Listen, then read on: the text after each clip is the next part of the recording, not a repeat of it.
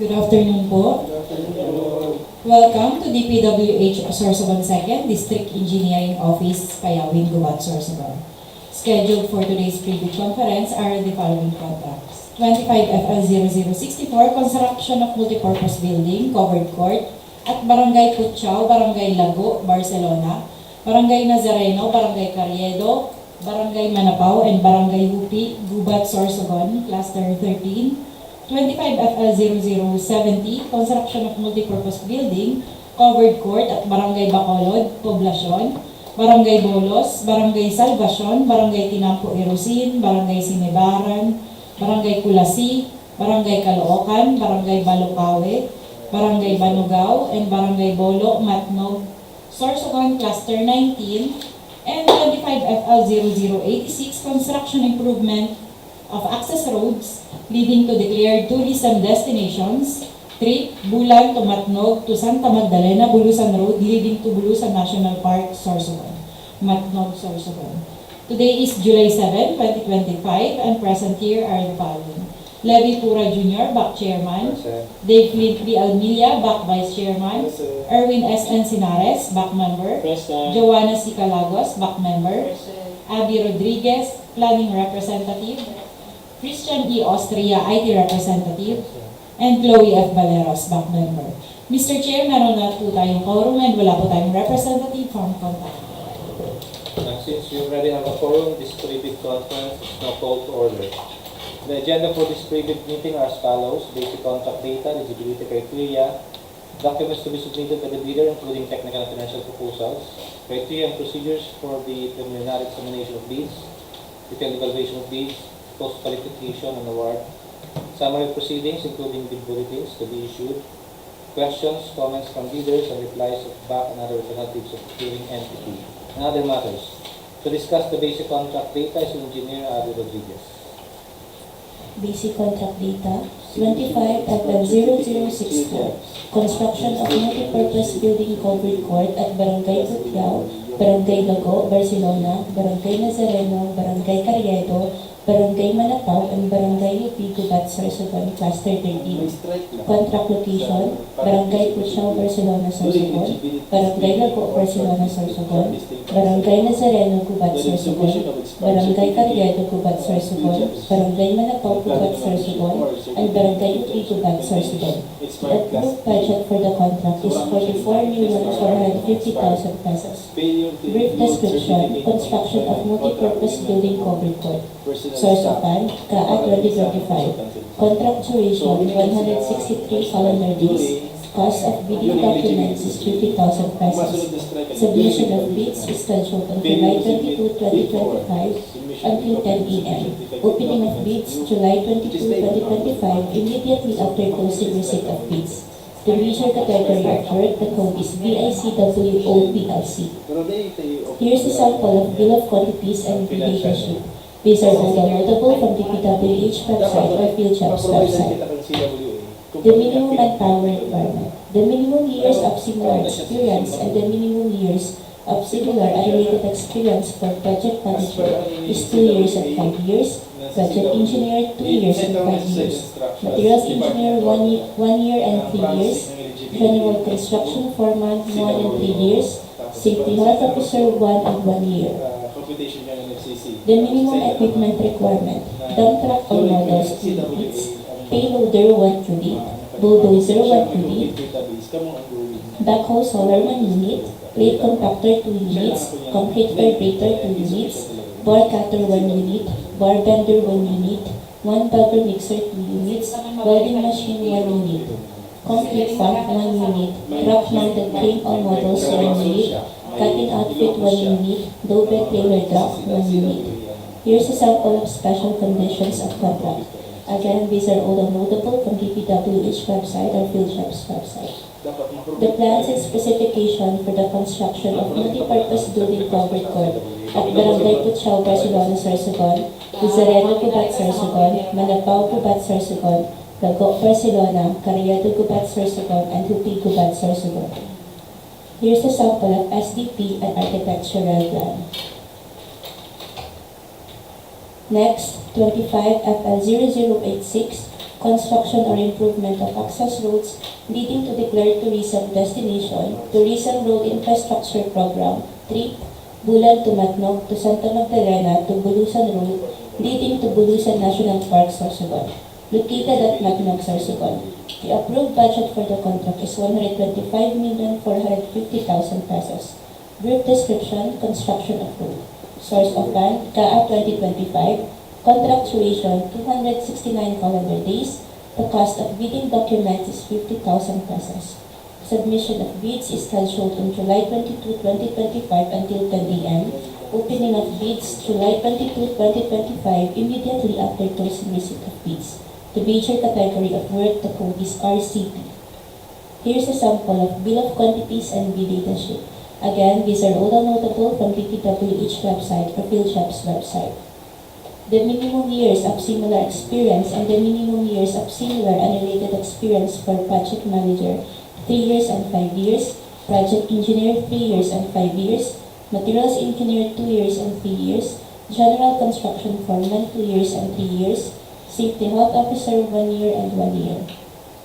Minimum equipment requirement, applicator machine, 1 unit, backhoe solar, 1 unit, backhoe wheel mounted, 1 unit, bar bender, 1 unit, bar cutter, 1 unit, bentonite bin, 1 unit, bentonite mixer, 1 unit, bulldozer, 1 unit, cargo or service truck all models, 1 unit, concrete batch plant, 1 unit, concrete saw, 1 unit, concrete skredder, 1 unit, concrete vibrator, 2 units, drilling rig, 1 unit, dump truck all models, 2 units, joint sealer machine, 1 unit, kneading machine, 1 unit, motorized road grader, 1 unit, 1 bagger mixer, 1 unit, payloader, 1 unit, plate compactor, 1 unit, SPT and descending machine, 1 unit, telescopic man lift, 1 unit, tower lights, 2 units, transit mixer all models, 2 units, Hemi pipe set, 1 unit, truck mounted clip all models, 1 unit, vibratory roller, 1 unit, water truck or pump all mix, 1 unit, welding machine, 1 unit, and low bed trailer truck, 1 unit. Here's the sample of special conditions of contract. Again, these are all downloadable from DPWH website or PhilShop's website. The plans and specification for the construction or improvement of access road leading to declared tourism destinations, tourism road infrastructure program or TRIP, Bulusan to Matnog to Santa Magdalena to Bulusan Road leading to Bulusan National Park, Sorsogon, located at Matnog, Sorsogon. Here's the location of the plan and other details of the plan. Next, 25FL0070, construction of multipurpose building covered court at Barangay Bacolod, Poblacion, Barangay Bolos, Barangay Salvacion, Barangay Tinampo, Irosin, Barangay Sinebaran, Barangay Culasi, Barangay Caloocan, Barangay Balocawe, Barangay Banogao, and Barangay Bolo, Matnog, Sorsogon, located at Barangay Bacolod, Poblacion, Irosin, Barangay Bolos, Irosin, Barangay Salvacion, Irosin, Barangay Tinampo, Irosin, Sorsogon, Barangay Sinebaran, Matnog, Barangay Culasi, Matnog, Barangay Caloocan, Matnog, Barangay Balocawe, Matnog, Barangay Banogao, Matnog, and Barangay Bolo, Matnog, Sorsogon. The approved budget for the contract is 94,050,000 pesos.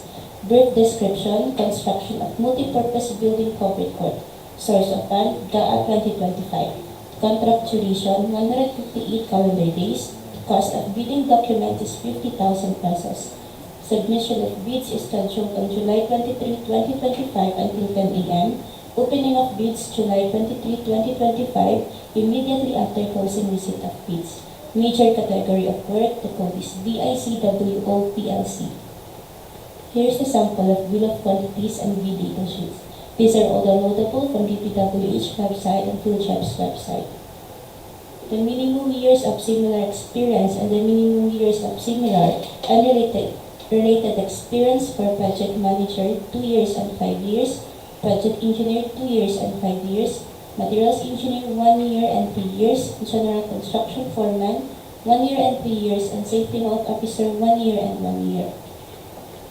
Minimum equipment requirement, dump truck all models, 2 units, payloader, 1 unit, bulldozer, 1 unit, backhoe solar, 1 unit, plate compactor, 1 unit, concrete vibrator, 2 units, bar cutter, 1 unit, bar bender 1 unit, 1 bagger mixer 1 unit, welding machine 2 units, concrete pump 1 unit, truck mounted crane on bottles 1 unit, cutting outfit 1 unit, and mover trailer truck 1 unit. Here's a sample of special conditions of contract. These are all downloadable from DPWH website or Field Shop's website. The plans and specification for the construction of multipurpose building covered plot at Barangay Bacolod, Barangay Bolos, Barangay Salvacion, and Barangay Tinampo, Irosin, Sorsogon, Sinebaran, Matnog, Sorsogon, Culasi, Matnog, Sorsogon, Caloocan, Matnog, Sorsogon, Balocawe, Matnog, Sorsogon, Barangay Banogao, Matnog, Sorsogon, and Barangay Bolo, Matnog, Sorsogon. Here's a sample of the location of the plan and the perspective of the plan.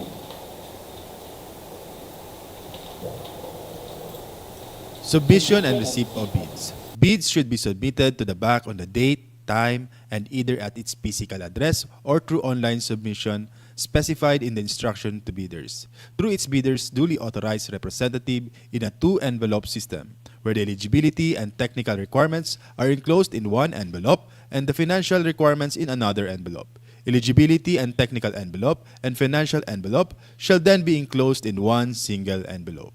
Bid validity shall be 120 calendar days from the date of the opening of bids. Each bidder shall submit one copy of the first and second components of its bid.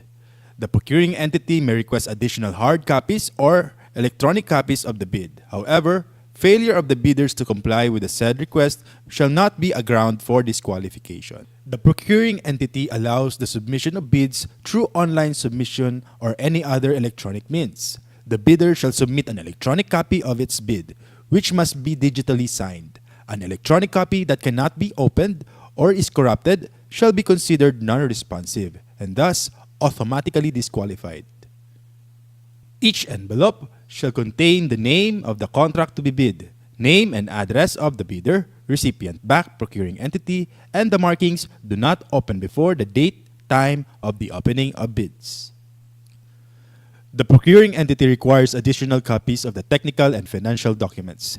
Each copy of the document shall also be enclosed in a separate envelopes marked as Copy 1 Technical Documents and Copy 1 Financial Documents. Both envelopes shall be enclosed in a single envelope marked Copy 1 Bid.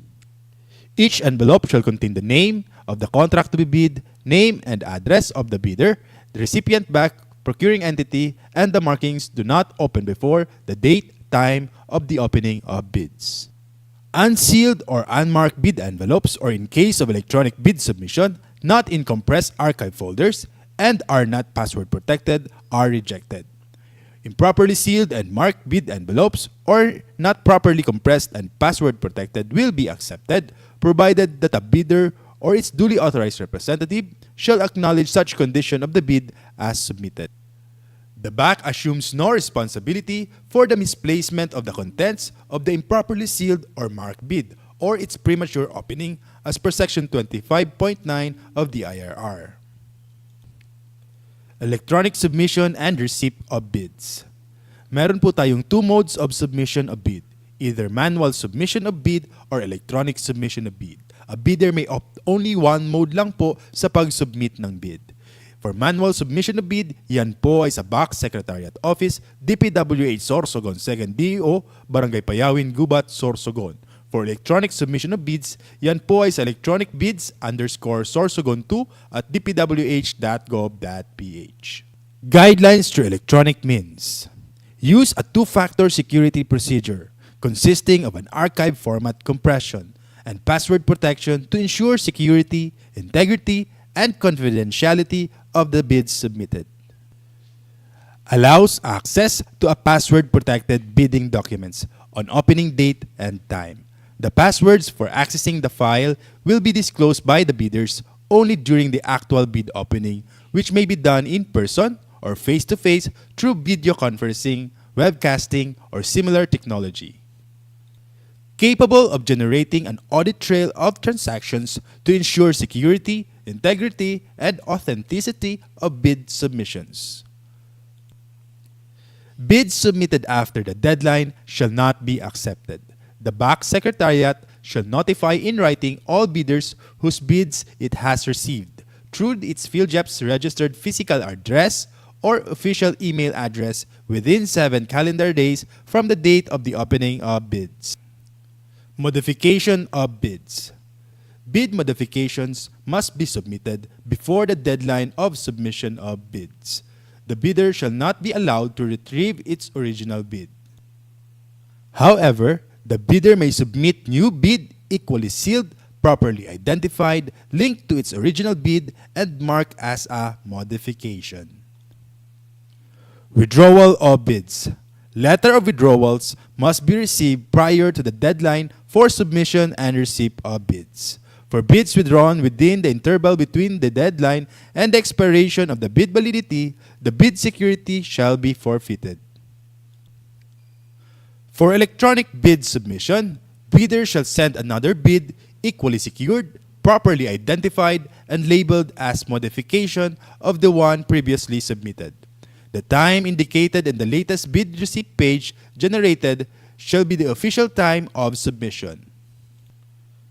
Requirements of bidding documents. The following documents are posted in the DPWH websites and PhilJEPs to aid our contractors in preparation of their bids. The following documents are invitation to bidders, instruction to bidders, general conditions of contract, special conditions of contract, bid datasheet, drawings, bill of quantities, and sampled forms. Eligibility criteria.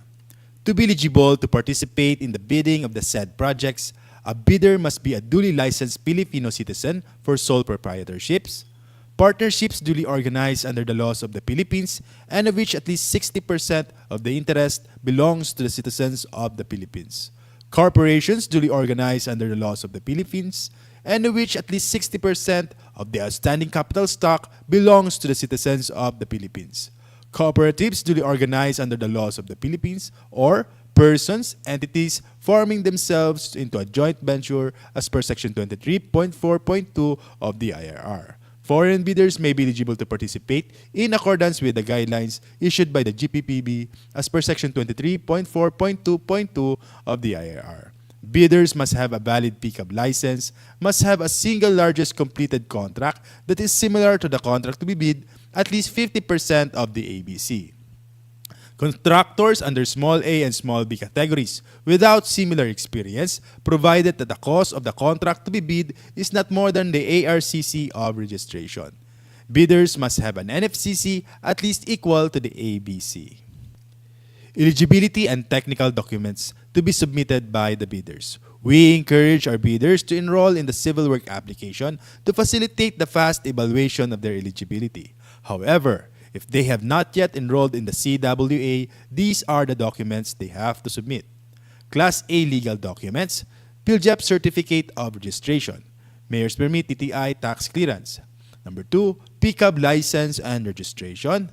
Number 3, Statement of all ongoing government and private contracts. Number 4, Statement of single largest completed contract.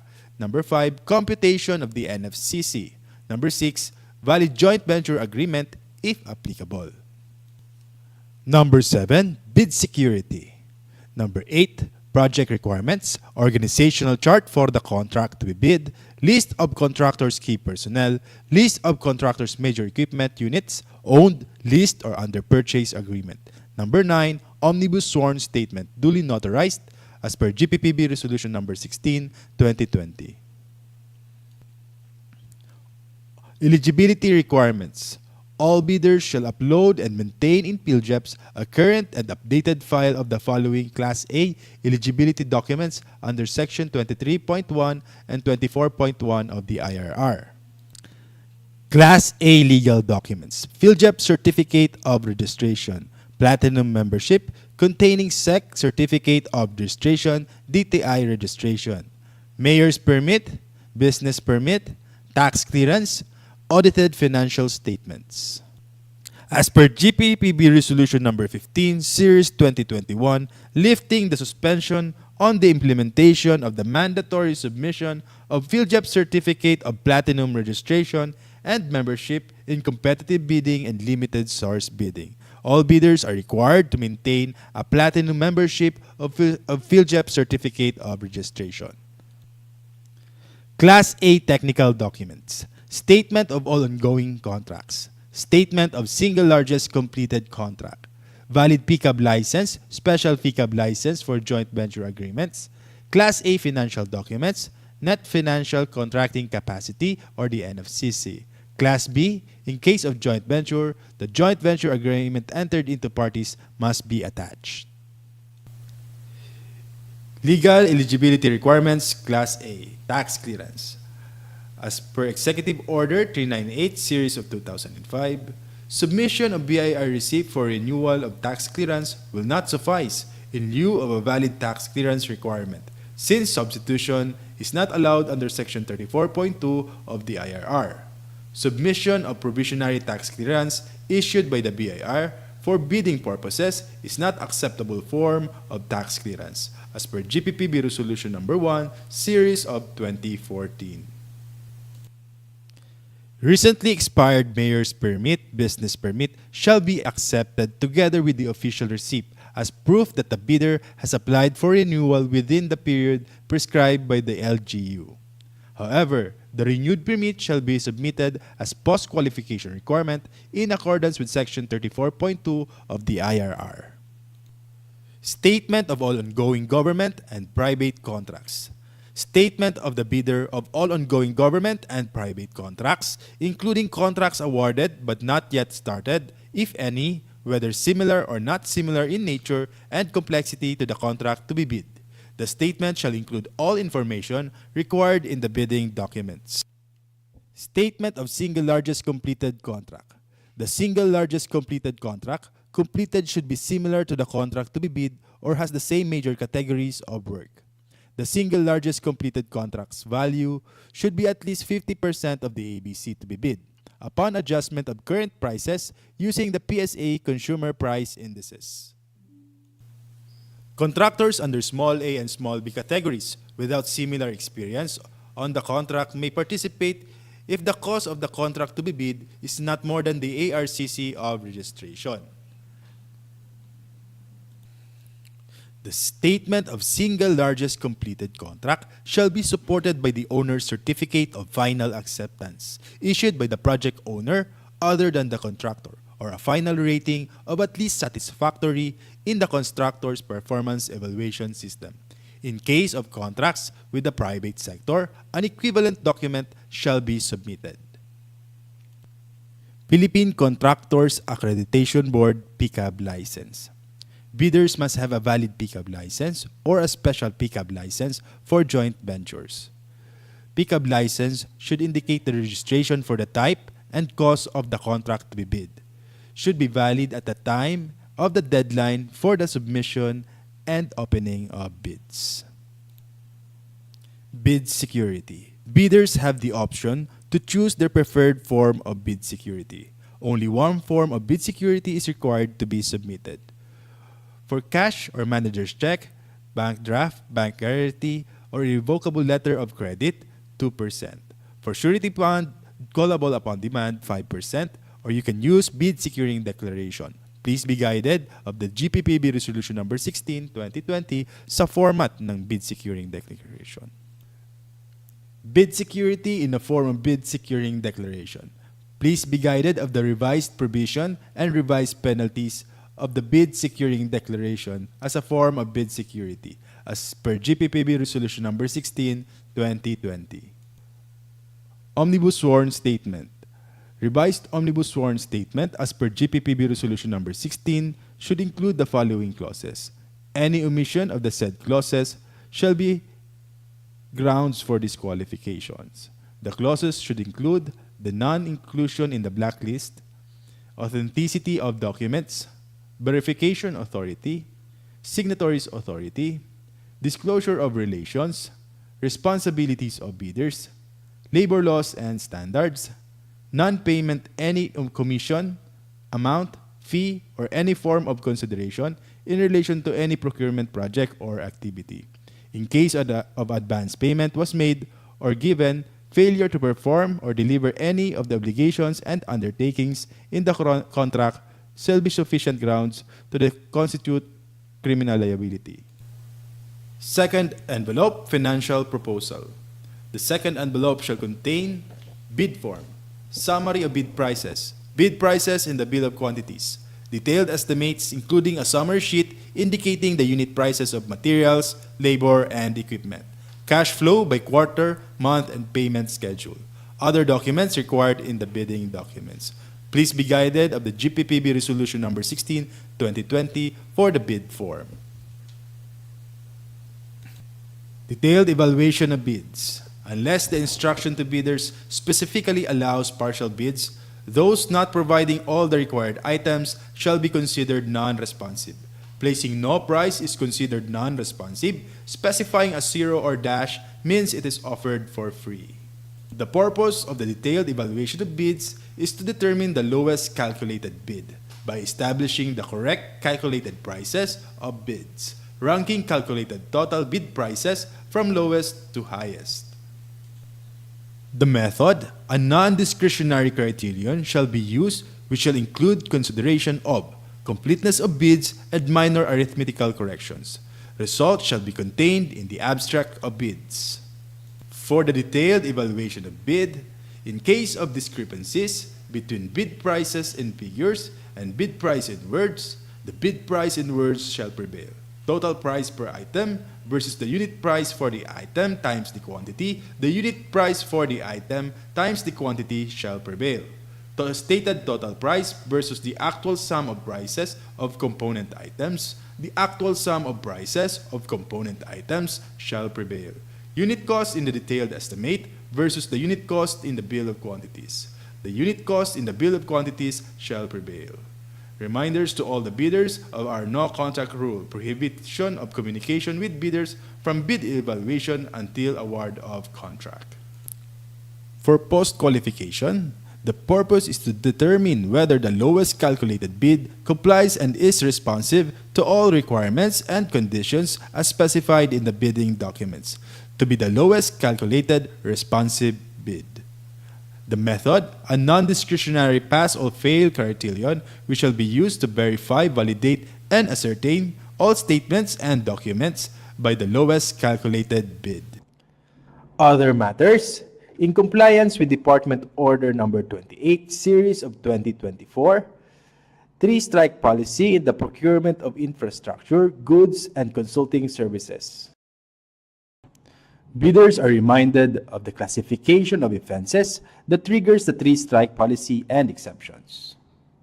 1. Withdrawal from the bidding process, submission of a non-participation letter, or failure to submit a bid after purchasing the bid documents. 2. Submission of late bids without valid reasons, as determined by the bank.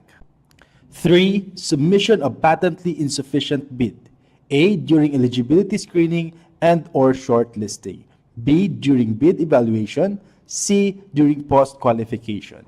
Enforcement of penalties. If a bidder commits any of the three major offenses, acts listed above 3 times within a year, and if these three offenses are of similar or identical nature, it will trigger the enforcement of administrative penalty, suspension from participating in all DPWH procurement activities and entering into contract with any DPWH procuring entity, blacklisting of the suspended bidder 1 year. Bidder will also face bid security forfeiture and must comply with the enforcement of the bid securing declarations condition. If a bidder commits another set of 3 similar offenses or more than 2 sets of 3 similar offenses instances where more than 6 offenses occur within the said 1 year time frame, bidder may be subjected in an increased penalty resulting in blacklisting for a period of 2 years. The effective duration for the penalty of either 1 or 2 years, as applicable, will be clearly stipulated in the blacklisting order, with the provision that the duration of the blacklisting shall not exceed a maximum period of 2 years, commencing on the date the blacklisting order is approved and issued by the Secretary. Due process and implementation. The BAC and its technical working group will meticulously verify the monthly consolidated strike report or its updated version at each stage of the procurement process. In line with the department's commitment to its quality objective of providing quality, safe, and environment-friendly public infrastructure facilities aimed at improving the life of every Filipino, Department Order 110 Series 2024, implementation of the ISO 9001-2015 certification requirement for large A, medium B, and medium A contractors in the procurement of infrastructure projects of the department is in effect. Bidders classified under pickup size range for large A with ARCC more than 300 million but less than 450 million, the effectivity of the said requirement will be on January 1, 2025. For medium B, more than 150 million but less than 300 million, the effectivity will be on July 1, 2025. And for medium A, with more than 30 million but less than 150 million, the effectivity will be on January 1, 2026. Department Order 118 Series of 2024. Guidelines on the accreditation and assignment of contractors and consultants project engineers. Assigning only qualified and competent project engineers of the contractors and consultants in the implementation of DPWH projects shall be observed. Bidders are reminded of the following classification and limits of assignment. Project Engineer 2, 10 contracts located within the same province for simultaneous assignment, each costing more than 150 M. Project Engineer 1, 11 contracts located within the same province for simultaneous assignment, each costing 100 M to 150 M.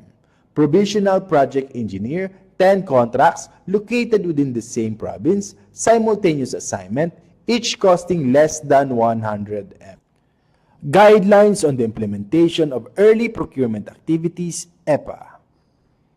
Prospective bidders and all concerned are informed that this procurement project is undertaken through early procurement activities, EPA, pursuant to Appendix 31, Guidelines on the Implementation of Early Procurement Activities of the 2016 Revised Implementing Rules and Regulation of RA 9184, updated as of January 15, 2024, and GPPB Circular No. 6, 2019.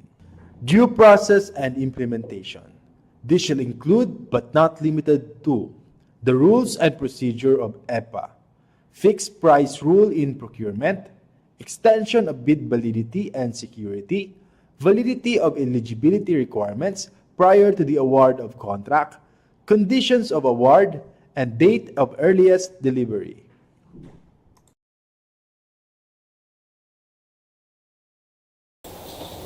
Ang tanong, since we have no matters to discuss, this preview conference is now